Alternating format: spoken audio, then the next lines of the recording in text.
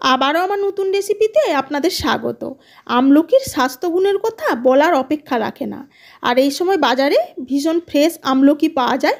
এই আমলকি আমাদের একদম ইমিউনিটি বুস্ট করা থেকে শুরু করে চুল, নখ, স্কিন, এমনকি ওয়েট লস করতেও ভীষণ উপকারী।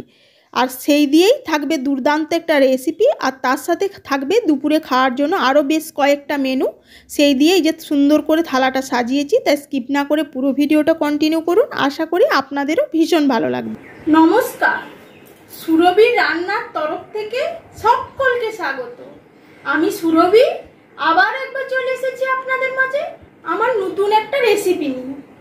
রেসিপিটা বানানোর জন্য আমলকিগুলো ভালো করে ধুয়ে পরিষ্কার করে নিয়েছি।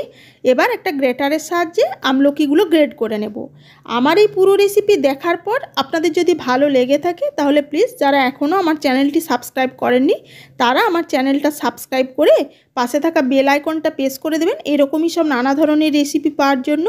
আর ইচ্ছে হলে লাইক আর কমেন্ট করে আমার পাশে থাকার অনুরোধ রইল, কারণ আপনাদের এই ছোট ছোট লাইক আর কমেন্ট আমাকে উৎসাহ দেবে পরবর্তী ভিডিও বানানোর জন্য। এই যে দেখুন আমলকিগুলো ভালো করে গ্রেড করা হয়ে গেছে। আর ওই যে বললাম এর স্বাস্থ্যগুণ, এই শীতকালে দেখবেন সকলের বাড়িতেই সর্দি কাশি একটা লেগেই থাকে। এইভাবে যদি আমলকি বানিয়ে খান আপনাদের স্বাস্থ্যের জন্য ভীষণ উপকারী। তার সাথে এর সাথে পড়বে কাঁচা রসুন, কাঁচা আদা, তাহলে বুঝতেই পারছেন এর স্বাস্থ্যগুণ কতটা বেড়ে যাচ্ছে। আর অনেকে আমলকি খেতে পছন্দ করে না, কিন্তু একবার এইভাবে বাড়িতে বানিয়ে খাইয়ে দেখবেন, কারণ এটা যেহেতু স্বাস্থ্যকর একটা রেসিপি, সেও ভীষণ পছন্দ করবে রেসিপিটা খেতে।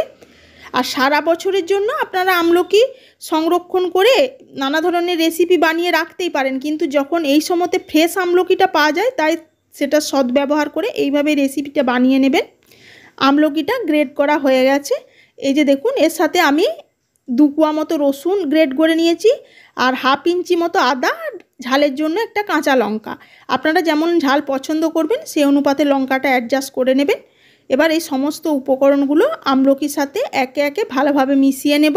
এবার এর মধ্যে দিয়ে দেব স্বাদ অনুযায়ী নুন। এবার সমস্ত উপকরণগুলো আমলকির মধ্যে এই যে দেখুন হাত দিয়ে একটু চেপে চেপে মাখিয়ে নেব। আর এই কারণে গ্রেড করে দিলে মাখাতে বেশি সুবিধা হবে।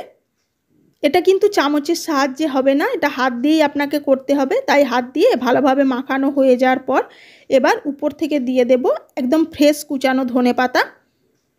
এবার ধনেপাতাটা দিয়েও আমলকির সাথে ভালোভাবে মিশিয়ে নেব। দেখুন একদম দেখতে অপূর্ব সুন্দর হয়েছে, একদম জিভে জল আসা একটা রেসিপি। এইভাবে আমলকি কে কে বানিয়ে খান অবশ্যই কমেন্টের মাধ্যমে জানাবেন। আর ওইদিকে দুপুরে রান্নার জন্য বাকি রান্নাবান্না মোটামুটি সবই কমপ্লিট হয়ে গেছে। বাকি ছিল এই যে পেঁয়াজ শাকের রেসিপিটা, যেটা পেঁয়াজ শাক আলু আর বেগুন দিয়ে বানাচ্ছি। কিছুই না, ওই তেলের মধ্যে 5 ফোড়ন শুকনো লঙ্কা ফোড়নে দিয়ে আলু আর বেগুনটা ভেজে নিয়ে পেঁয়াজ শাক দিয়ে হলুদের গুঁড়ো, জিরের গুঁড়ো আর কাশ্মীরি লঙ্কার গুঁড়ো দিয়ে ভাজা ভাজা করে নামিয়ে নিলাম। এই যে দেখুন দুপুরে একটা সুন্দর থালি রেডি করে নিয়েছি।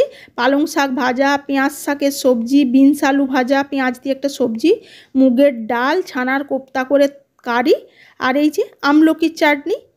চলুন আজকের রেসিপি এই পর্যন্তই। আপনাদের কাছে কেমন লাগলো অবশ্যই জানাবেন। ভালো লাগলে আমার ছোট্ট পরিবারের সদস্যের পাশে থাকার অনুরোধ রইল। আজ তাহলে এটুকুই, আবার হাজির হয়ে যাব অন্য কোনো রেসিপিতে। ধন্যবাদ।